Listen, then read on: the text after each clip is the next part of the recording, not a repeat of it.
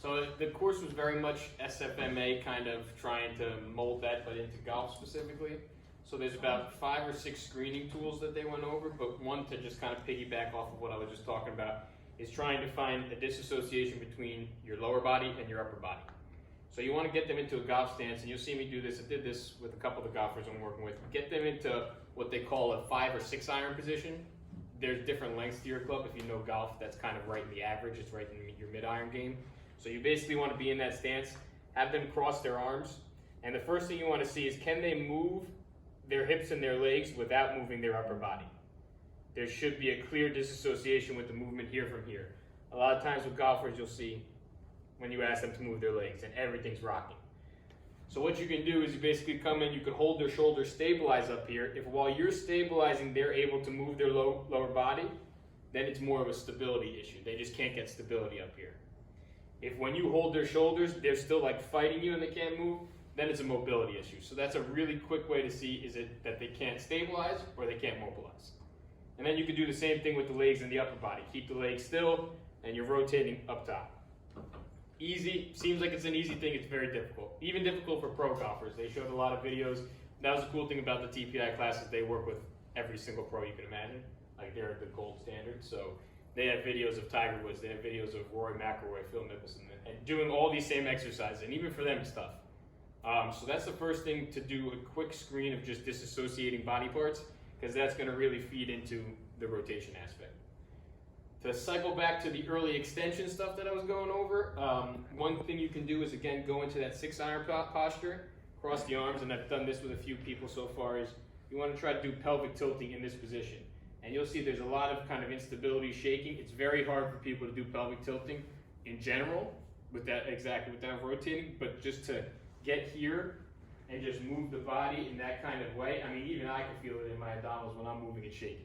It's very hard to just get stability in that golf swing, but if you can get the rotation in your pelvis, you're going to get it throughout the entire golf swing. So those are very early things to work on. Other tests that they have is single leg balance, hands forward, closing your eyes. For a lot of golfers, the average on tour, I think, was around 13 seconds, which is crazy to think that that's it. But for these golfers, it's a lot harder than you would think. And they have very strict guidelines of to what cancels out the test, and I could go over those. But they're very nitpicky. So anything that you do incorrect, right away you fail the test. They would rather you be more picky than less picky. So always looking for something to work on. And I could see with them why they're so picky. I mean, you're working with top class athletes where they could do a lot of things that most people can't, so you want to try to be as specific as possible. So that was part of it. There's also single leg bridging that they look into. You have to be able to hold a single leg bridge with your arms out in front of you for 30 seconds on each side without losing any kind of mobility, and that's one of the first steps. And then a lot with golfers that you'll see me working on, a lot of stretches over here, is tightness in the lats. That's one of the big things to look for. So you want to make sure that if you're up against the wall, I can show you this one real quick. If you go up against the wall, you want to have them kind of in a wall squat position. Make sure that they can get a pelvic tilt so that their low back is flat against the wall. That's where they need to be. A little bit of a squat, and they should be able to lift their arms without losing that pelvic tilt all the way up to the wall. That's a lat length? Yeah. Once they lose that pelvic tilt, the test has to stop. So the average for a golfer, for a recreational golfer, is they'll be able to get to right above nose line. They fail the test that they can only get to nose line, and that's something you need to work on. Michelle, you should take up golf. So you be a...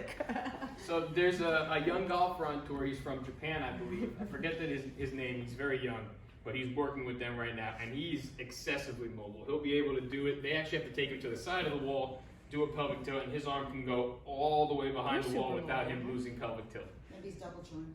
So he's just very lax and a lot of ligaments and loose musculature. So for him, they're working more on strength. So you can pass these tests, but then you could, I don't want to say overpass the test, but there's things that can lead to instabilities in other areas.